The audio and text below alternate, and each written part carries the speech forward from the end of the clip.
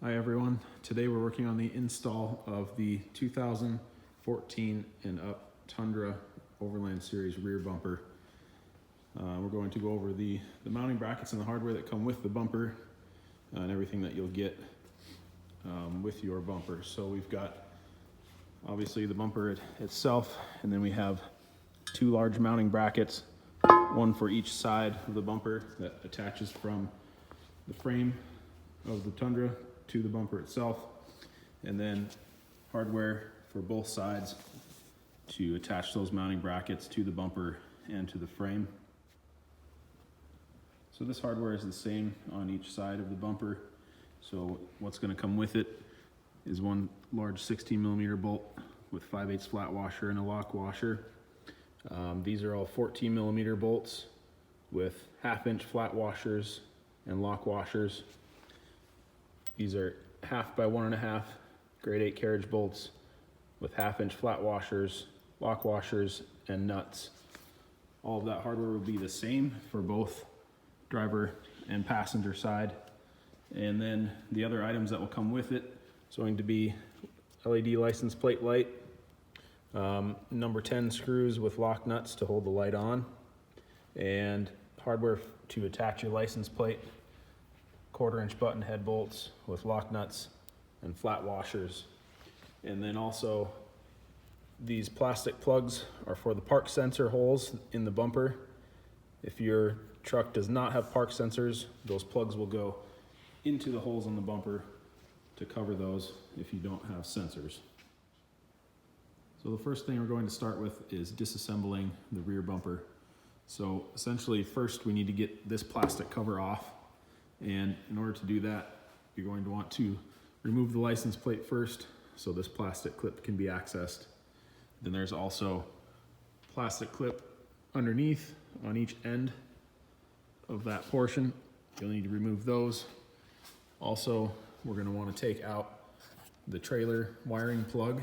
So back behind here, you'll want to get inside. The easiest way to do it is to push these clips up. There's one on the top, one on the bottom. You want to squeeze those together, push the trailer plug through the bumper, and then you can disconnect this while it's on the other side. It seems to be a little easier to do it that way.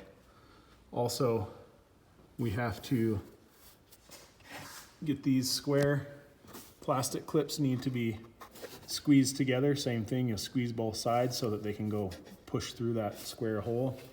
Those are what hold the black plastic to the top of the bumper frame inside there. So we have multiples of those clips all the way along the inside of the bumper here that you'll want to try and squeeze together so that they'll pop out of the hole easier. Also, while you're back here, you want to disconnect this wiring, pop this out from this steel frame here so it can hang freely. You'll want to do that all the way across the inside of the bumper. And if you have park sensors in your bumper, there's going to be more wiring back here that needs to be disconnected so it can hang freely. The license plate light connections are right up here behind the receiver hitch. So you'll want to disconnect those wires as well so the license plate can come out with that plastic cover on the back of the bumper. So we got our trailer plug unclipped from the inside of the bumper, and now we want to disconnect this main plug from the trailer plug itself. So you want to squeeze down on that top clip there, and then we just put a flathead screwdriver in to help kind of pry it apart. And the entire plug will come out from the wiring, and that can be pushed back through the hole. These small plastic clips, you just get a flat blade screwdriver in to pop the top of it out. Once the top pops loose, then you can get the entire clip out of the hole.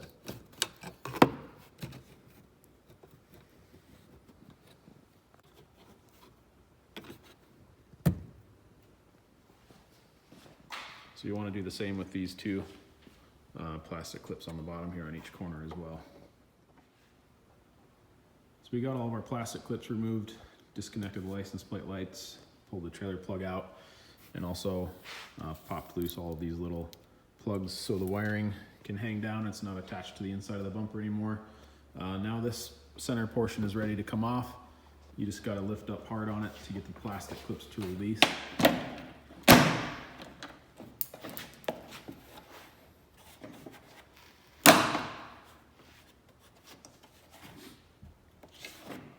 So there's clips all the way across underneath this portion, across the top of the hitch, and over to both sides. And you can put a small pry bar or a big screwdriver in there as well to help pop the ones out of the bumper.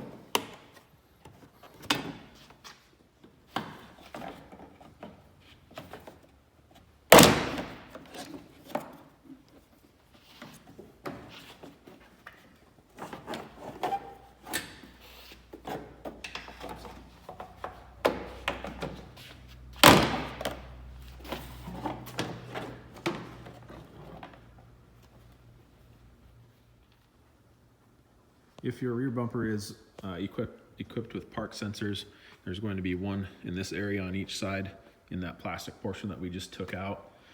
You'll need to reach in from the back side and pull. There's a plastic clip that you slide back from the park sensor, and then you'll unplug the wiring from the sensor and pull the sensor out from the back side of the bumper. You'll want to do that first before removing this plastic piece. There's also going to be another sensor in this area, in this corner of the bumper. If you have steel bumpers, there's going to be a steel structure under here instead of this plastic one, and it bolts in with a few screws around the corner and on the top. You'll remove those screws, take that metal structure out, and then you can access the park sensor and blind spot monitors and disconnect those and remove them as well.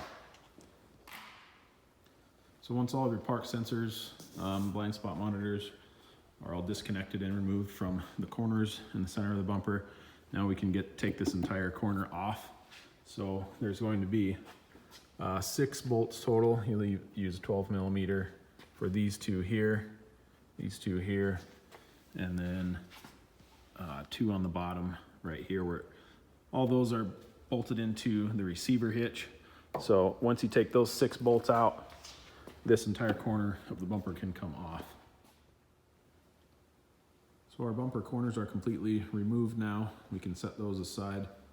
And the next thing we need to take off is these little brackets here. You use a 12 millimeter socket or wrench to take those off. Those are just a stud that's attached to this piece here. And then we need to take out this little license plate support here. 12 millimeter socket or wrench also to get those 2 bolts out, and you want to remove those 3 pieces completely. So all of our bumper components have been removed now. The next thing we want to do is take these 4 bolts off of each side of the receiver hitch. That's where our large bumper brackets are going to get bolted into place. So these will need to be taken out. The receiver hitch will not fall off the vehicle. There's still 2 more bolts up the frame here holding it in place, so you don't need to worry about the hitch actually coming off when you remove those bolts. Running the hitch is optional. You don't have to use the receiver hitch with our bumper. It's not required to install our bumper. So if you do not plan on using the receiver hitch and you'd like to remove it from the vehicle for more clearance, you can do that. Completely remove it now before you put the bumper onto the truck. So these 4 bolts that hold the hitch on back here that need to be removed, those will need a 19 millimeter socket or wrench to remove those. Once those are out, then we'll be ready to loosely install our frame mounting brackets. So before we install the frame mounting brackets onto the side of the frame here, there's one last thing we need to do. This little flat portion here needs to be bent down so that it makes clearance for our bumper to fit on. So the only material holding this whole piece on is just this little spot right here on each side. So essentially what we do is we just take a hammer, and you can hit it here on both sides, right in that area, just to bend this little tab down. And we want that to go down as far as it can until this piece is pushing up against the receiver hitch right there. Once that's folded down, then there will be enough clearance for our bumper to fit over the hitch. So we got this little flange bent down with the hammer. That's what you're going to want it to look like before you install the bumper. So it's folded all the way down, so it's touching on the receiver hitch right there. So that's all good to go. Next thing we're going to do is install the mounting brackets that go on the side of the frame here. So you'll use the supplied 14 millimeter bolts. There's 3 of those for each side, plus one 16 millimeter bolt that goes in the very top hole. So you'll want to install your lock washer and then the flat washer onto the bolt, and then the bracket can go up in place and you can loosely install those bolts. They will thread right into the frame and the original holes that where the bolts were holding the receiver hitch on.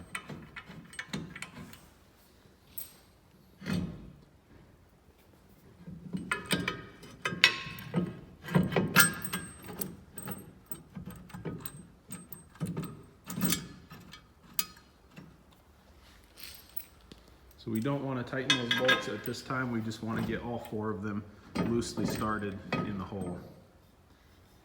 And the brackets can both hang loosely for now before the bumper gets put on. So we've got our bumper mounting brackets attached to the frame of the Tundra. We put all 4 bolts in place just loosely. You don't want to tighten those yet. So we've got the 3 14 millimeter bolts, 1, 2, 3 here, then the 16 millimeter on the top. And we've done that on both sides. And you just want to leave them loose for now so that you have some adjustability to align the bumper how you need to. So those are all ready to go. And one thing that we did before we actually put the bumper on the truck, so we installed the license plate first. It's easier to do that right now while the bumper is off the truck. So you'll use the supplied 1/4 inch button head bolts with the washers and lock nuts on the back. Now that the license plate is on, we're ready to lift the bumper onto the truck and just hang it in place. So when you go and install the bumper, you can just hang the bumper right onto the truck. It will just sit on top of the original receiver hitch, and it'll just kind of sit in place by itself. You don't really have to have any of the hardware prepped or anything like that. So just set the bumper in place, and then you can get the rest of the carriage bolts and all the hardware in place, and I'll show you how to put those in next. So now we've got our bumper all hanging in place, and we installed the hardware that holds the bumper to the mounting brackets. So you'll want to use the 1/2 inch carriage head bolts and install them with the carriage side facing the back of the truck, and then you'll go around the inside and put the grade 8 flat washers and the lock washers and the nuts on the back of those carriage bolts, and just install them loosely for now so that we can get ready to adjust the bumper. Okay, so we've got our bumper fully installed. We've got all the hardware in place. You want to go around and adjust the bumper height-wise so that from side to side you've got the same distance between tailgate, so that your bumper is sitting level and it's not crooked on the vehicle. Also, you'll want to adjust it left to right as well, so you have the same amount of clearance around the corners on each side. So you can do that with the adjustability that the mounting brackets under here provide. So this main bracket here slides front to back, and then the bumper can go up and down on this portion of the bracket here. So once you get the bumper adjusted where you want it, you'll want to tighten a couple of each bolts just to hold it in place and verify that's where you want it, and then you can fully tighten all of the hardware. All of these bolts inside here can be tightened to 90 foot-pounds. So the next thing you'll want to do, if your rear bumper has park sensors, you'll install those into these provided holes. Push the sensor in from the outside of the bumper, plug in the wiring, and then install the plastic clip that comes with the sensor on the back if it has one. If you do not have park sensors, you'll install the plastic plugs that we provide. Also, if you're installing aftermarket backup lights, these cutouts we provide fit at least 3 different types of lights, Baja Designs, Extreme LED, and Rigid. So if you have a rigid light, you can put it directly into the bumper. It'll cover all of these bolt patterns. If you have an Extreme LED light, you'll want to put this trim ring on the back of the light, and then you install the light into the bumper so that this ring will cover these extra 4 holes here. If you have a Baja Designs S2, install this trim ring onto the back of the light and then put the light into the bumper. Those trim rings come with your bumper. You just need to use whichever one works with the lights that you have. Also, we installed the trailer plug. It just pushes back right into the hole from the back of the bumper, clips into place. And then in order to get this plug to reach, it was really tight, so we went up on top of the frame up in here and popped loose one of the plastic clips that's holding the wiring onto the top of the frame. So if you pop that one loose, it'll give the wires a little more room to stretch and reach the bumper. So you want to make sure that that's fully plugged in. And the last thing we need to do is wire and install the new license plate light. So these wires here are for the original license plate lights. You can either cut off this existing plug and then just wire in the new light to the end of it, or you can splice into these wires, pull this coating back and splice into them if you don't want to remove the plug. And you'll just hook power and ground right to those two, and then install your light with the provided 1024 screws. Just make sure that you pull your wiring up through this hole first and do the wiring out here, connect it to the light, and then install your light so that you can make sure that your wiring goes through the hole. So we've got our license plate light wired up and installed. For this light here, the light has a red and a black wire on it. So then the truck itself has white and green wires. So we connect the green to the red wire and then the white to the black wire on the light, and that's how to wire your license plate light correctly. We got it all installed with the 1024 screws and the lock nuts on the back. So everything is wrapped up on this bumper.